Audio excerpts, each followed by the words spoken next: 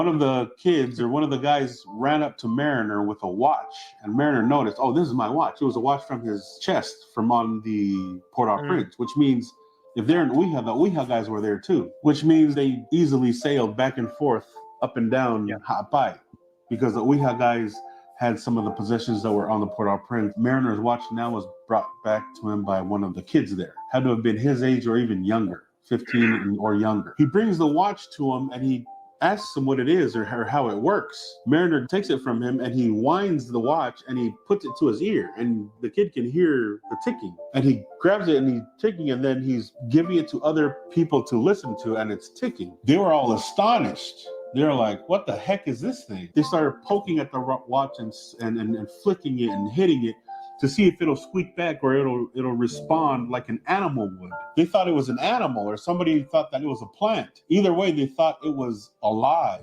like actually alive. They exclaimed, Mo'ui. Mo'ui means alive. They were like, oh, Mo'ui, Mo'ui. And they were giving it to each other to listen to. While they were listening to it, they were laughing and snapping their fingers. He says, yeah, they were laughing and snapping their fingers for some reason. While they were laughing, they're right. And we kind of know what that looks like because, sometimes we do that even today. Like, snap at something that's entertaining or that's funny, which is something they did back then. So a few of them start grabbing at it and start trying to pull it from each other, and one of them snatched it and took off and ran away. One guy brought a sharp rock or a sharp stone or something sharp.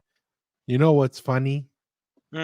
Is hundreds of years ago, and yet some of these behaviors still exist now.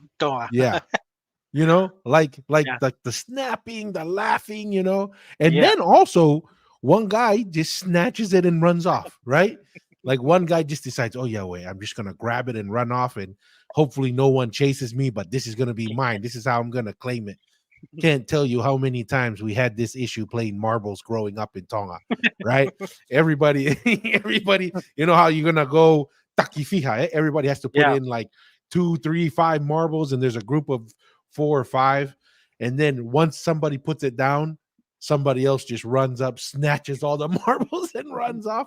And I'm just like, I don't know. Is this kind of stuff like genetic? If it just runs in the blood or what? But like, that is funny.